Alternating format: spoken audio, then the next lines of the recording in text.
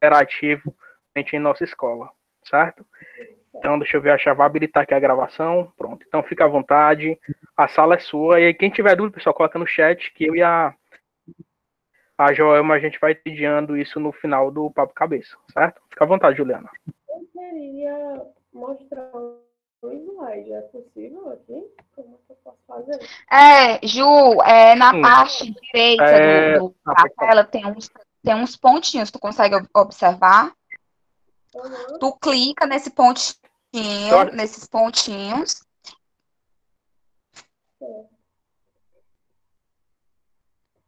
Mas que quiser explicar. Tranquilo. Aí, Juliana, Prati, aqui do lado dos três tem um nomezinho apresentar. Tem uma setinha para cima, não apresentar agora? Não, só tem tela cheia, layout, ativar, ouvir reunião telefone. Pronto. Se você achar melhor também, tu pode mandar o slide para mim. Que pronto, apresentar agora. Né? É isso? Pronto, clica aí ele vai perguntar, acho que escolher uma tela. Aí tu pode botar a tela inteira e aí tu vai pro slide. Pronto, tá. Pronto, gente, primeiramente, boa noite. Eu quero me desculpar pelo atraso, é porque eu estava vindo do trabalho e a correria... Sem problema. Estável, acabei me atrasando. Mas, enfim, eu agradeço imensamente a vocês, a Joelma, e a todos que estão aqui, né? Que a gente possa ter essa conversa maravilhosa sobre para explanar algumas coisinhas que até a gente já vê na mídia e tudo mais, mas eu quero esclarecer melhor com vocês sobre essas questões da vacinação e até mesmo da situação do Covid no todo, né? Eu vou mostrar aqui um slide para começar com você. Ju, tem como só aumentar um pouquinho o teu áudio? Porque tá um pouquinho baixo. Para ficar melhor, por favor. Não sei se aqui no aplicativo dá.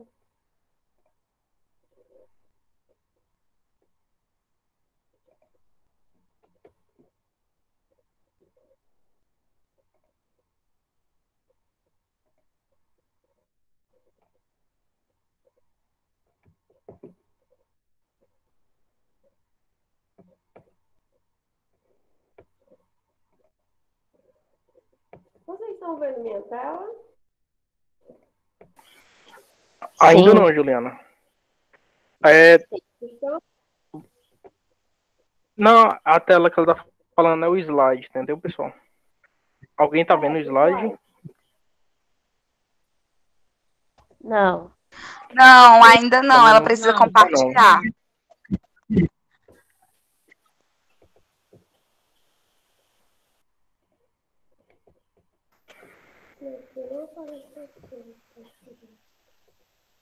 Pronto. Vocês estão vendo? Ainda não. Não, ainda não. Qualquer coisa, Juliana. Agora Pronto, acho que tá sim. começando a carregar agora. Vai dar certo. Pronto. Estamos vendo, viu? Fica à Tá vontade. dando pra ver?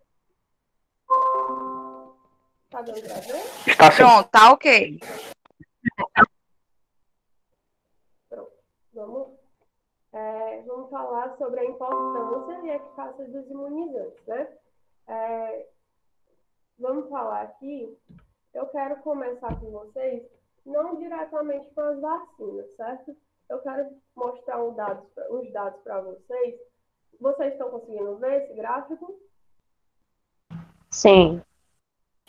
Estamos sim. Pronto.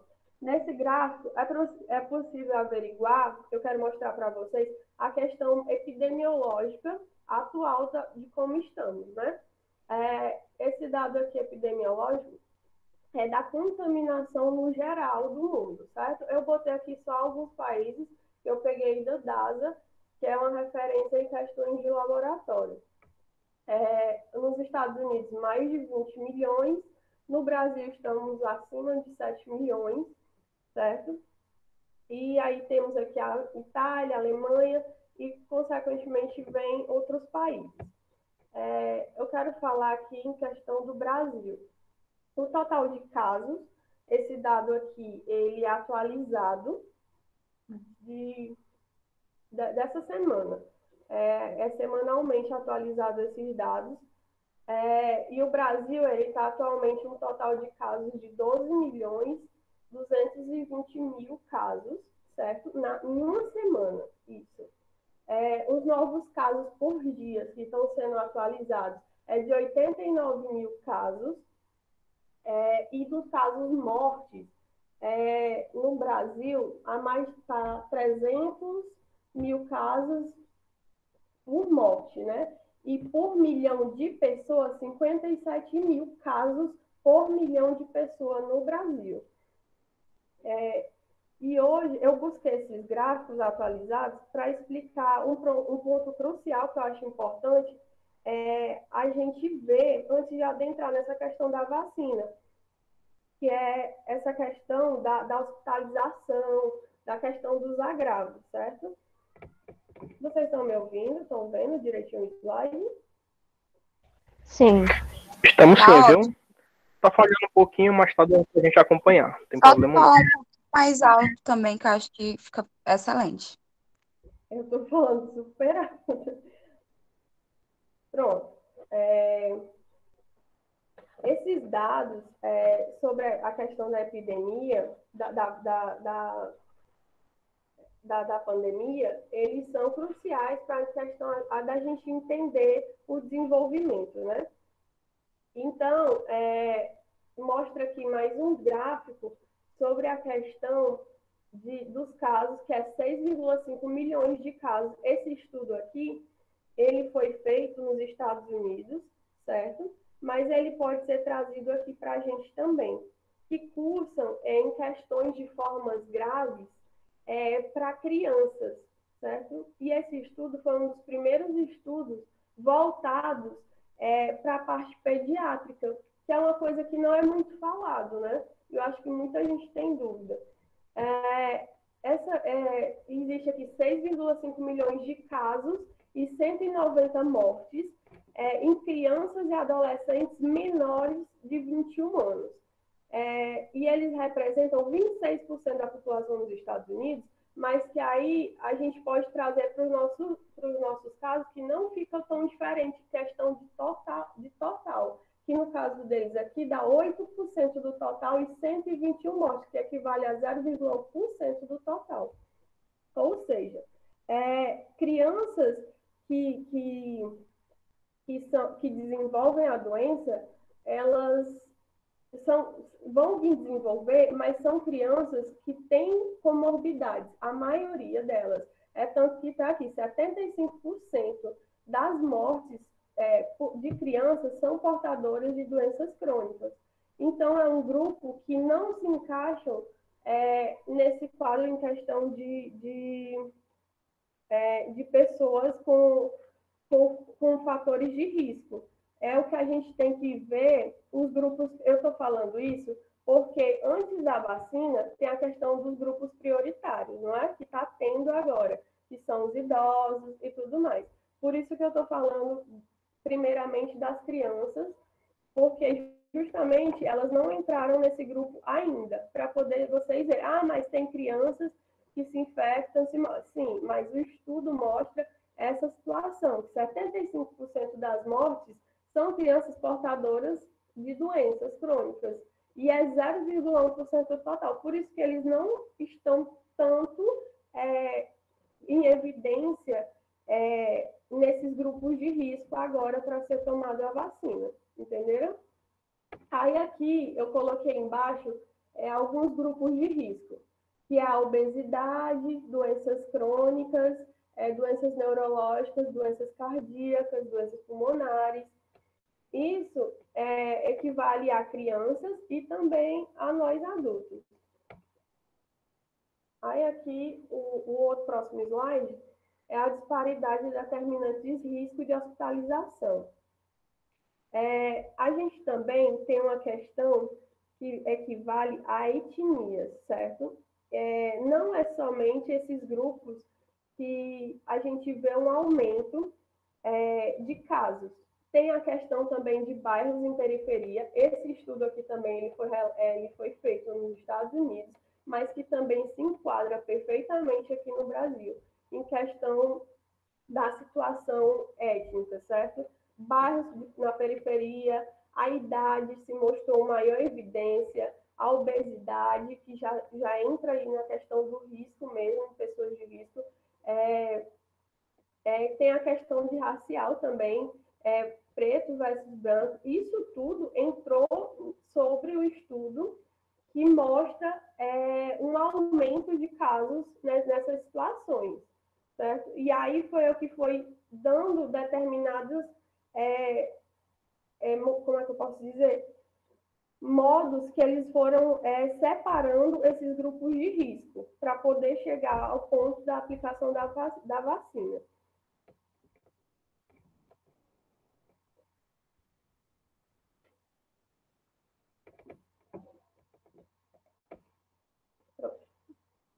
Vocês estão me ouvindo? Tá tudo certo? Esse outro estudo aqui... Estamos sim, viu? Pronto.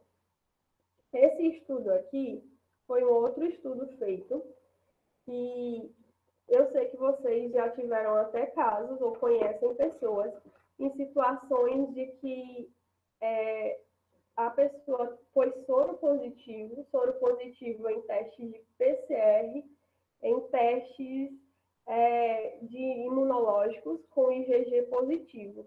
E as pessoas que tiveram contato, eles pegaram pessoas que tiveram contato, no caso, familiares, de dentro de casa, pais, filhos, e foram fazer um teste celular. Esse teste, ele não tem no mercado, certo? Não tem à disposição comercial. E aí, eles foram fazer esse teste porque essas pessoas, elas não soroconvertiam. O que significa soroconverter? Formar o sistema imunológico para o anticorpo, né? Formar um anticorpo para o vírus, no caso, contra o vírus. E aí, eles não desenvolveram de jeito nenhum, davam sempre negativo o imunológico deles. E aí, o que é que eles fizeram? Expuseram essas pessoas a esse teste celular, e aí eles descobriram que de 6 entre 8 contatos tiveram respostas imunicelulares, o que significa que mais de 80% dessas pessoas que estavam dando o sistema imunológico delas no teste, estava dando negativo, elas já tinham sido expostas ao vírus. Que, no caso, essa resposta de células, que no caso aqui é as células T, elas realmente são as que são mais eficazes contra a imunidade, né? Contra o vírus, no caso. Então, essas respostas, elas indicam que os estudos de soroprevalência baseados na detecção, elas podem levar a uma subestimação substancial da exposição prévia ao vírus. Ou seja, essas pessoas que foram expostas, elas ficam mais difíceis em questão de epidemiológicas para registrar. Tem muitas pessoas que tá dando ainda IgG negativo, e aí, mas elas já foram expostas ao vírus em termos celulares. E aí não tem como a gente, elas entrarem na parte epidemiológica, no contexto epidemiológico, de que elas já foram infectadas e estão imunizadas naturalmente, entendeu? Então, não está dando para contar. Isso é uma situação que estão tentando driblar e ver como é que se resolve essa situação.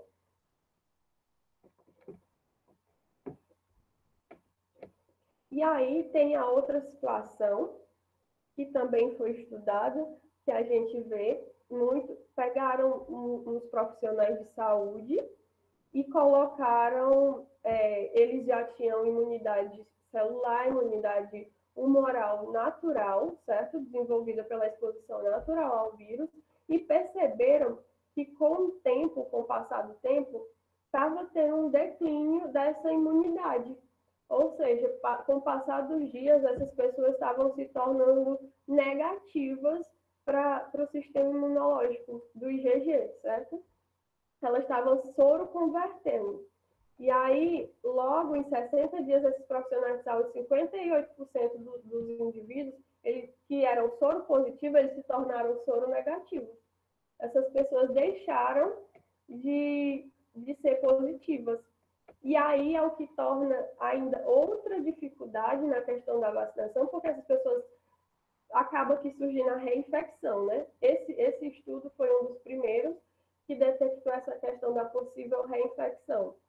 Mas assim como outros vírus respiratórios, como adenovírus, vírus essencial respiratório, própria influenza, a gente se contamina várias vezes, não seria diferente esse do SARS-CoV-2, certo? O Covid-19, ele não seria diferente por ele se comportar da mesma forma que outros vírus respiratórios.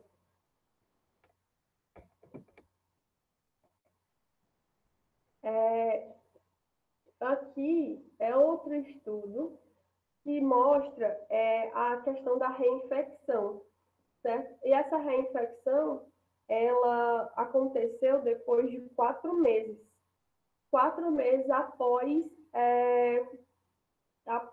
a pessoa ter tido o primeiro contato com o vírus. E aí, não houve detecção dessa soroconversão no episódio após 10 dias do quadro.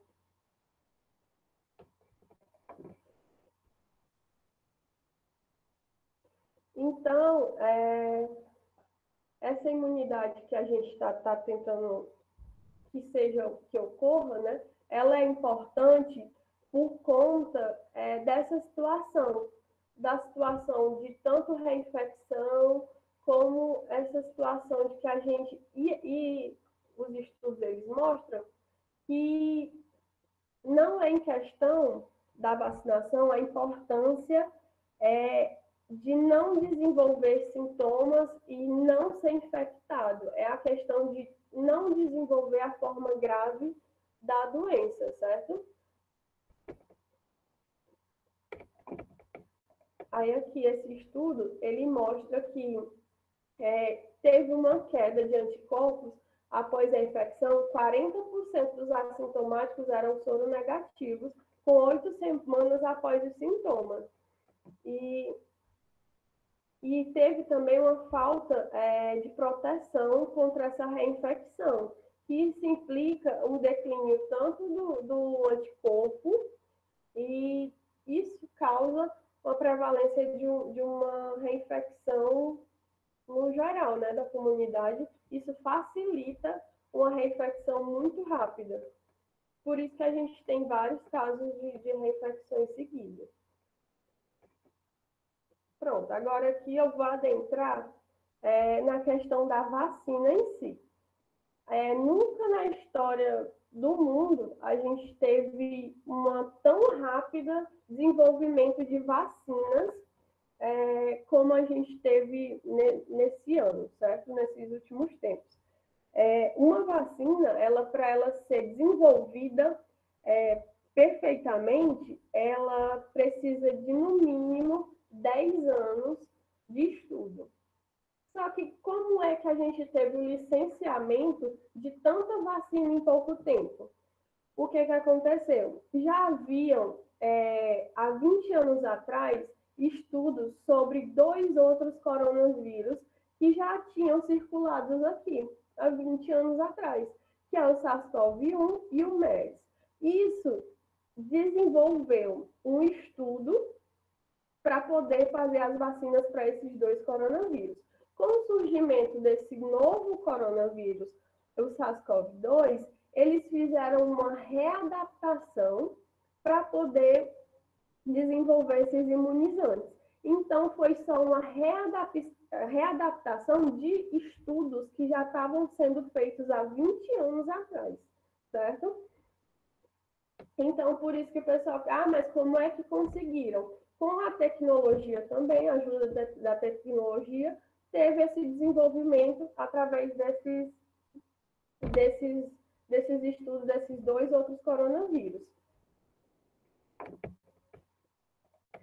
Esse coronavírus, o que foi observado e aprendido através desses dois coronavírus? Que esses anticorpos neutralizantes, eles existe uma proteína chamada proteína S, certo? Que essa proteína S, ou também conhecida como proteína spike, é uma espícula que fica sobre o vírus. Até aqui no outro. Essa espícula, ela fica sobre o vírus, tá aqui, proteína spike. Ela se acopla a uma enzima que fica na célula, certo? E essa enzima é o que faz adentrar o vírus na célula, que a gente chama de um sistema chave-fechadura.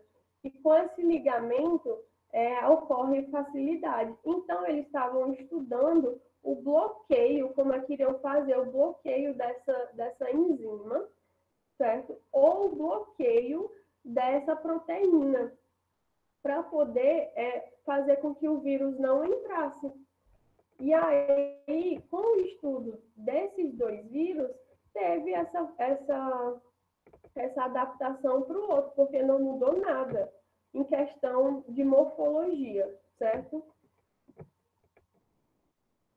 E também a gente aprendeu, eles aprenderam com esses estudos, que teve uma proteção a longo prazo, a vacinação e a exposição, certo, dos vírus. Vocês estão me ouvindo? Está dando para ver tudo? Estamos sem ouvir, Juliana. Pronto.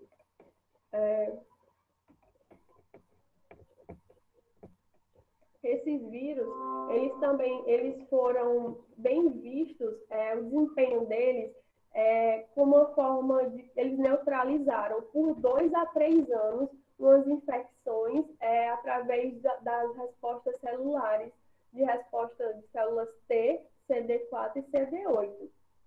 Só que com o coronavírus, o novo coronavírus, ainda está em estudo, né? E foi readaptado essa questão. Então, vamos para cá. Então, o surgimento da vacina ocorreu por conta disso e os licenciamentos e autorizações dessas vacinas ocorreram também por conta disso, desses estudos passados, certo? E quais são as plataformas que nós temos hoje de vacinas? Temos vacinas feitas por RNA mensageiros, que RNA mensageiro são partículas virais, certo? Tem de vetor viral, temos o vetor viral, é um outro vírus que carrega partículas do vírus, de um outro vírus. É como se eu levasse uma bolsa de outra pessoa. Não sei se vocês estão entendendo. Eles modificam, por exemplo, um vírus da gripe normal, eles modificam, eles desativam esse vírus e acoplam partes do vírus, do coronavírus, do SARS-CoV-2, dentro desse vírus. E eles fazem com que esse vírus entre na célula e para a célula desenvolver anticorpos contra eles. Temos também, isso é um outro modo de vacina, certo? Temos uma vacina que é com adjuvante. Esses adjuvantes são componentes adicionados à vacina, que pode gerar um processo inflamatório e, através desse processo de inflamação, ele facilita a apresentação de um antígeno vacinal ao sistema imune. Ele apresenta, o sistema imunológico fica ativado por conta dessa inflamação, vai tentar combater essa inflamação, e aí ele apresenta o antígeno diferenciado, que no caso eles colocam do SARS-CoV-2, né? Aí temos de vírus vivo, que coloca o vírus realmente vivo, o vírus inativados e vírus atenuados. São as formas que temos de vacina. As populações específicas as que estamos aí principalmente idosos. Por que idosos? Eles necessitam de uma maior proteção e, ao mesmo tempo, em contrapartida e meu contraditório, que eles necessitam dessa proteção, eles têm uma dificuldade de produzir uma resposta imunológica por conta do envelhecimento do sistema imune, por conta da idade. É o processo natural do corpo, certo? Então, vem esse grupo de idosos, e aí tem as crianças, as gestantes e as múltiplas comorbidades. Só que as gestantes, os estudos ainda estão em andamento, porque ainda não se sabe como é que essa vacina elas vão atuar em questão da situação da gestante, né? Mas só que, na minha opinião, seria muito bom que tentassem dar essa vacina a essas gestantes, justamente por elas estarem expostas, por exemplo, uma mãe médica, uma enfermeira que está grávida, está sendo exposta, ela simplesmente não sabemos como é que vai lidar com a questão do vírus, o sistema imunológico dela natural. Eu acho que deveria ser tentado a aplicação e entrar no grupo prioritário também, né? Inicialmente agora. Então, as fases, aí mudando aqui, as fases de validação para a vacina, elas têm uma fase pré-clínica, que é uma fase feita em animais, são testes realizados para ver a questão testei em animal, deu certo, os animais desenvolveram anticorpos, desenvolveram imunidade contra aquele patógeno, a gente vai para uma fase 1. Essa fase 1, que é chamada de estudos clínicos, eles são testados em humanos. Só que eles são testados em humanos com uma quantidade de pessoas, certo? Pouquíssimas pessoas. E aí, na fase 3, já vem um teste com milhares de pessoas, já desenvolve maior essa questão. E aí, na fase 1, tanto na fase 1 como na fase 2, eles priorizam e eles veem a questão da segurança e imunogenicidade. Como a vacina está se comportando, se ela é segura para o indivíduo e se ela está desenvolvendo a imunidade contra aquele patógeno no indivíduo. E aí ele passa para milhares de pessoas, que é a fase 2, e vai para a fase 3, que vai definir a questão da eficácia e segurança. A segurança já vinha sendo testada na fase 1, na fase 2. Na fase 3, ela tem como uma conclusão, e a questão da eficácia é se realmente ela desenvolveu aquela imunidade, aquela proteção ao indivíduo, a ponto de não causar morte nem hospitalização grave, certo? E aí, a fase 3, depois disso, vem a questão dos grupos. E eles geralmente fazem essa fase, o estudo dessas fases, através de um grupo vacina e um grupo placebo. Eles inoculam vacinas realmente que vão ter algum efeito, e em um outro grupo eles aplicam um placebo, uma possível vacina, e às vezes até vacina para outros patógenos, mas que é de forma placebo. E aí eles vão começar o estudo epidemiológico para separar, em questão de se está ou não tendo a eficácia, no sentido de morte, no sentido de eficácia e não desenvolvimento da forma grave e levando à morte. Tá aqui, o registro, após a verificação da eficácia, da segurança e da qualidade da vacina, aí no caso passa para a questão do registro, né, que permite que a vacina seja comercializada. No nosso caso, as vacinas, elas não tiveram um processo tão avançado por conta da emergência sanitária que tivemos, né? Então, a maioria das vacinas, elas vieram para nós na fase 3 ainda, certo? Elas vieram e ainda em questão de estudo, é tanto que muitas coisas e muitos questionamentos ainda se tem e ainda está sendo estudado e levantado e esperando o resultado delas nessa aplicação desses primeiros momentos. Porque justamente não se tem uma 100% certeza por conta da situação emergencial da gente, né? E aí, vamos para as vacinas candidatas, né, que temos hoje. Temos a vacina de vírus atenuado, como eu falei. Nós só temos uma até agora, que eles são bem, digamos assim, bem corajosos, que é a vacina da Índia.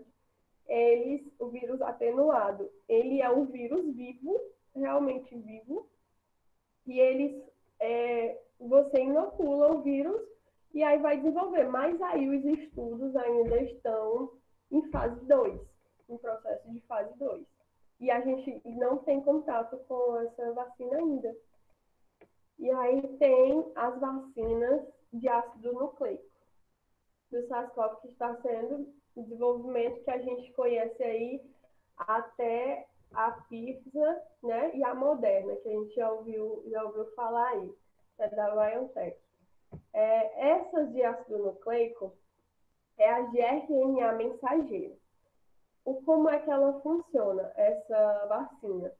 Certo? A informação dela vem, o RNA mensageiro, como é que eu posso dizer? É a identidade do vírus, certo? E ele é codificado, ele é induzido dentro inoculado dentro da pessoa e ele vai para dentro da célula, e aí, dentro da célula, as células já vão sair com aquela proteína que eu falei no começo, a proteína spike, que é a proteína S, que ela se liga ao vírus. Ele já vai sair, a célula já vai ser fabricada com essa proteína, já com o anticorpo para bloquear, certo? Através dessa vacina de RNA mensageiro. O ácido nucleico ele é inserido em células humanas e estão produzindo cópias de proteínas dos vírus. A maioria dessas vacinas codificam a proteína Spike S. Então, essa codificação ela tem uma efetividade muito grande em relação a muitas outras vacinas que estão em estudo. Só que nós temos um grande problema em questão dessa vacina, que é a dificuldade de armazenamento, porque elas requerem freezer a -70. E em questão disso, e não pode estar em ambientes como as outras vacinas, que é -2, -3, não, tem que estar -70. E aí essa dificuldade de armazenamento é que também tornou difícil a gente aderir. Mas a eficácia dela, em questão de estudos, tem sido uma das maiores, que tem de 95%, e a proteção após a segunda dose é de até 97%. Aliás, até a segunda dose, 95% após a segunda dose. E essa pizza, ela tem 4 vacinas, certo? Em formato de RNA. E os candidatos, a fase 1 e a fase 2, ela se deu através de adultos de 18 a 55 anos, e eles receberam 2 doses. Ela ia ser de dose única, só que aí eles perceberam que a segunda dose, ela daria uma imunidade mais robusta, então eles passaram a aplicar a segunda dose com um intervalo de mais de 2 semanas. E isso viu que a pessoa já tinha uma resposta imunológica muito boa e até mais reforçada. E aí teve uma proteção precoce de 12 dias, foi visto também a partir do 12º dia depois da primeira dose. Então, tem uma eficiência muito boa, que é essa vacina da Moderna, que eu acho que vocês já ouviram falar, e essa da Pfizer, né, da BioNTech. Tem uma eficiência ótima mesmo em questão, infelizmente ainda não temos, e tem a questão também da tecnologia que é usada. Por ser de RNA mensageiro, requer uma tecnologia grande e em questões monetárias também, né? E aí isso dificulta também a nós termos acesso a essas vacinas. E aí tem aqui as vacinas baseadas em vetores, certo? Vetor viral. E no caso, o vetor viral é o que a gente vai pegar um outro vírus e vai modificá-lo e colocar uma proteína do coronavírus e inocular ele dentro da célula.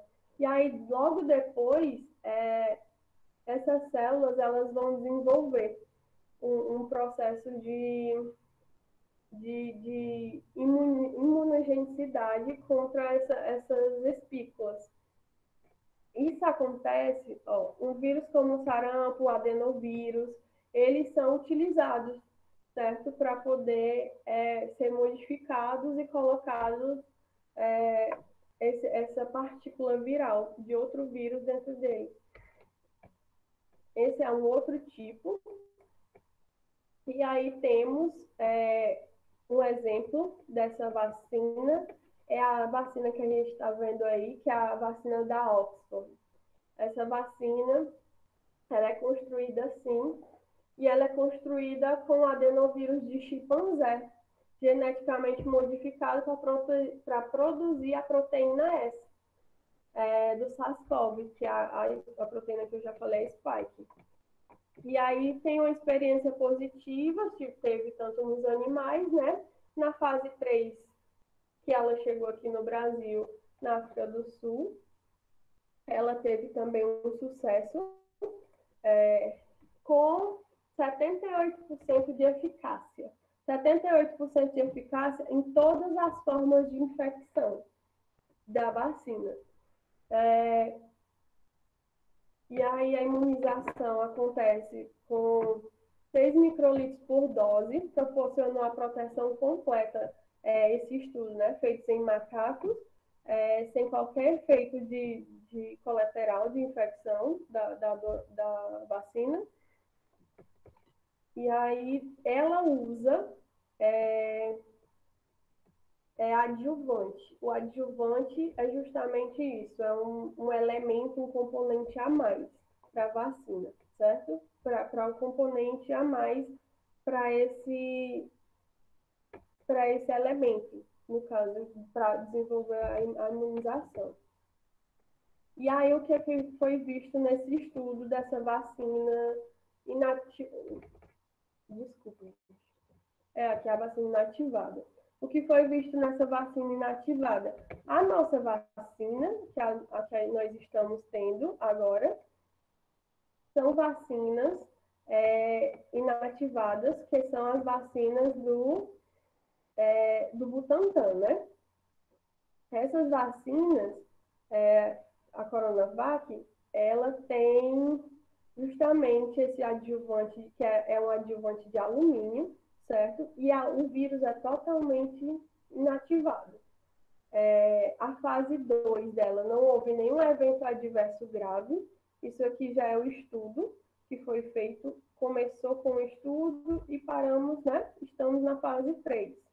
A fase 2 não houve nenhum evento adverso grave após a vacinação, feitos em 60 voluntários de 18 a 59 anos, demonstrando um bom perfil de segurança da vacina.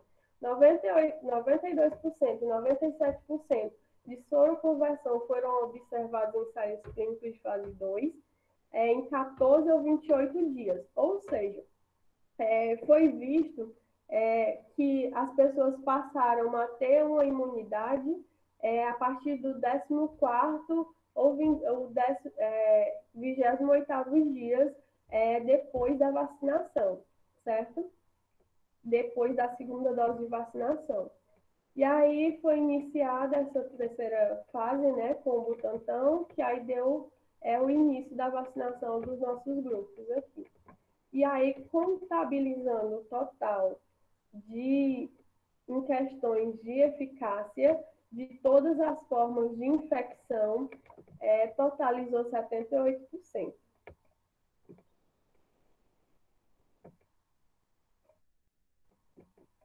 Estão me ouvindo? Estamos sim, viu, Juliana? Pronto. Pronto. Agora vamos para os desafios que a gente tem sobre essas vacinas. Os desafios que temos é ainda o tempo de produção, de proteção, que a gente não sabe até quando elas vão nos proteger. Ainda está em estudo a questão dos dados, até porque essa fase 3 é o que ainda estamos, né? Os dados de segurança e eficácia em crianças e adolescentes ainda não temos nada registrado. Foi começado agora, mês passado, nos Estados Unidos, eles começaram a estudar a possível aplicação em crianças, mas é um estudo bem, bem lento, assim, bem isolado, certo? A coadministração de vacinas também é um outro desafio que a gente tem que ver como é essa coadministração. Agora, em abril, a gente tem a nossa imunização de influenza, certo? O vírus da gripe. E aí, como é que vai acontecer essa administração de vacinas do coronavírus com essa vacinação do influenza? Como é que elas vão se comportar? Porque elas vão acabar cursando juntas, certo?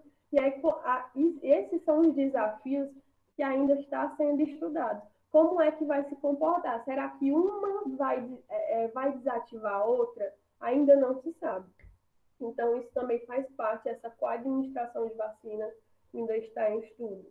É uma outra dificuldade que está aí sendo vista.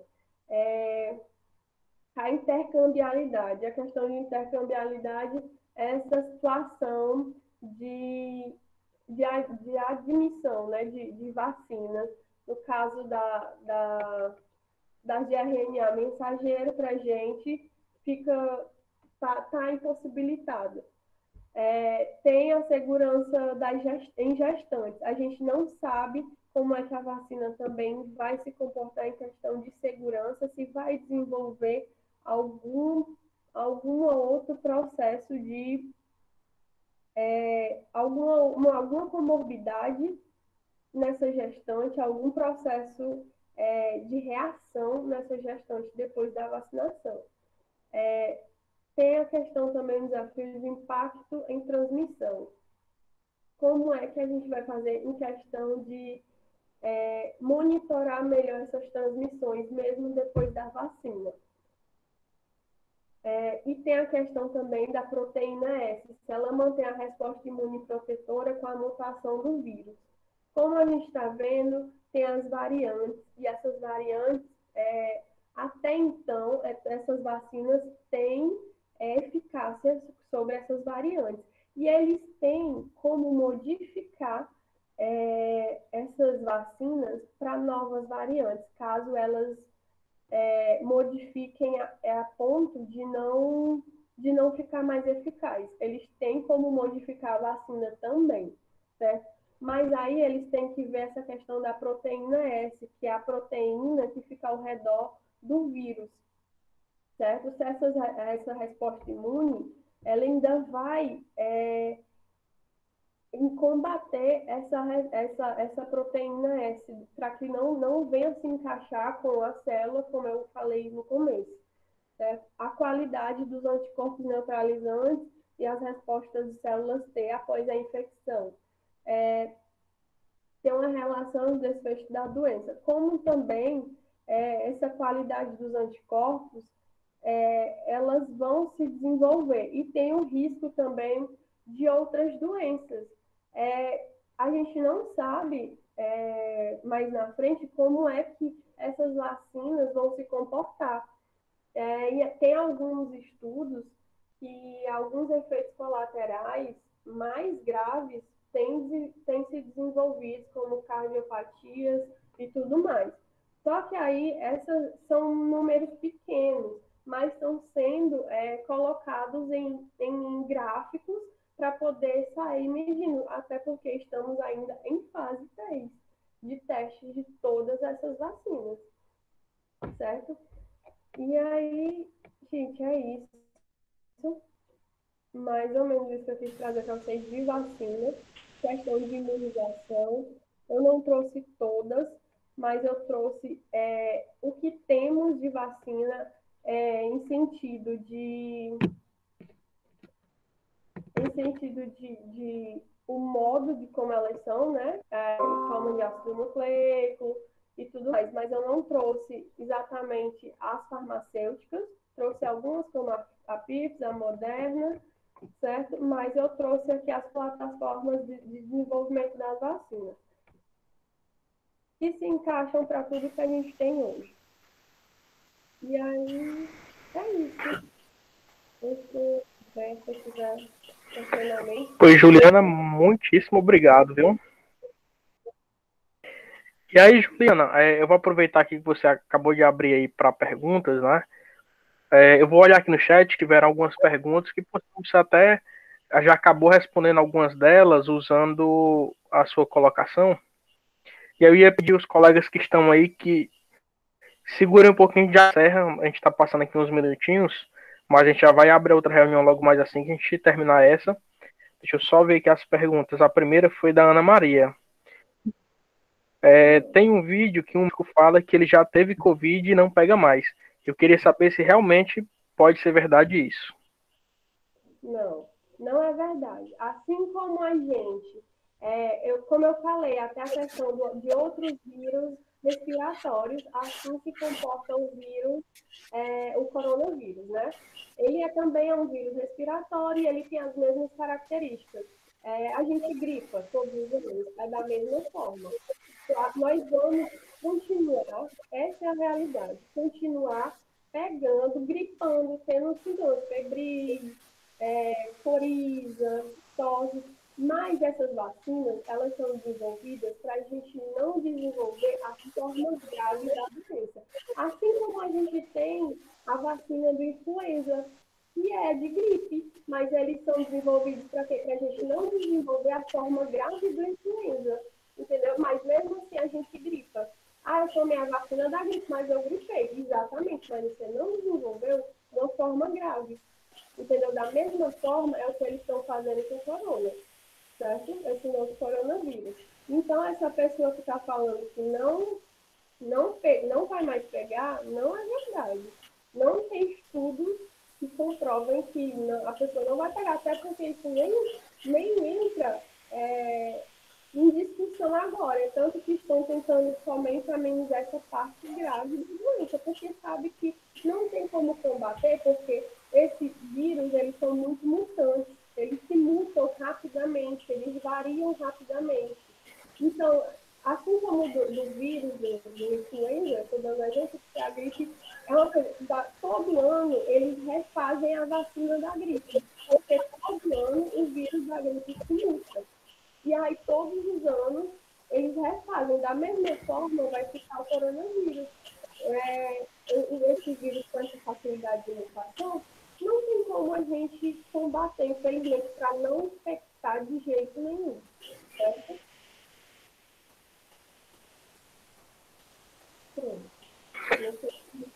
Pronto, então, muito... tranquilo. Pois, obrigado, Virgilino. Deixa eu ver aqui a outra pergunta, que foi... Meu exame deu positivo e eu estou com pneumonia. Quantos dias posso retornar ao médico? Quantos dias? Já era para ter retornado, até porque a questão da pneumonia já é uma forma que for positivo de Covid. Já é a forma grave da doença.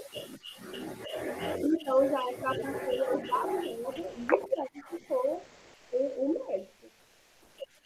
Até porque tem a questão do comprometimento. Muito obrigado. Ok, pois obrigado aí pela orientação. Aí tem mais um aqui que é da Edgleuma Silva. Aí em dezembro de 2020, no início do mês, minha filha de 6 anos esteve com pneumonia grave, teve que ser hospitalizada. Em menos de uma semana fizeram o exame do Covid-19 e deu negativo. Teve alta e veio para casa em janeiro. No mesmo ano, minha filha de 10 anos também teve a mesma doença, pneumonia grave, mas fez o tratamento em casa. Porém, fez o teste de Covid e deu negativo também. Mas logo em seguida, sua avó de 57 anos esteve comigo com a mesma doença, fez o teste e deu negativo. Aí, logo embaixo, porém, elas tiveram o mesmo sintoma de febre, falta de ar, vômito. Todas elas tiveram com Covid-19 e não deu resultado. Tem alguma possibilidade desse caso? Sim, é como eu falei no começo dos slides, que teve um estudo que está vendo que pessoas que tiveram resultados negativos do teste, eles possivelmente desenvolveram, né, tiveram a exposição ao vírus, até mesmo com sintomas deram negativos no teste de resposta celular, da resposta imunidade humoral, que no caso essa resposta imunidade humoral é a nossa imunidade que fica no corpo, na circulação, certo? E aí tem a resposta da imunidade celular que fica na superfície da nossa célula. São dois tipos de resposta imunitária. Então, aí, essas pessoas, elas foram expostas, as células delas foram expostas aos vírus, mesmo dando negativo nos testes de imunológicos. Ou seja, possivelmente, se essa família fosse fazer um teste de resposta celular, poderia ser que desse positivo para a imunidade, desse positivo que foram expostos a esse vírus. Só que aí ainda é falho, né? Esse teste foi justamente esse muito novo.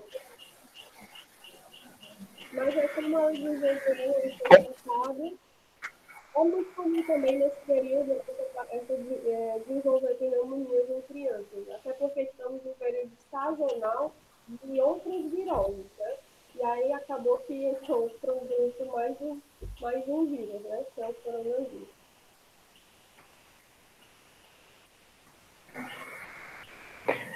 Então, acho que foram respondidas, acho que as principais dúvidas, né? Pessoal, muitíssimo obrigado. O pessoal ia pedir para a gente fazer uma última coisinha, certo? Seria para a gente fazer simplesmente, quem puder ativar a câmera, só para bater aquele print bem bonito, tá? Vocês poderiam ativar a câmera aí rapidinho, só para a gente printar aí a tela. Enquanto os colegas vão ativando aí a câmera, né? Nosso muito obrigado, Diana. Obrigado por você ter disposto, né, seu tempo, né, ter dedicado esse momento para poder apresentar essa informação importante, né, para todas essas pessoas aqui, e que a gente possa levar essas informações, né, também para as nossas famílias, para os nossos amigos, certo? Então, galera, vacina sim, né? Então, assim que tiver aí na hora, pode colocar aqui no braço, tô nem vendo, né? Porque o que importa é a saúde, beleza? Então, vamos lá, galera, só ativar a câmera, pessoal, desativar a câmera, rapaz, vamos lá, só para ter aquele print bem legal, vamos lá, pode ser? Só com medo. Eu agradeço. Quem puder printar aí também, certo? Eu vou printar aqui no 3, certo? Quem ativou as câmeras, né? 1, 2, 3.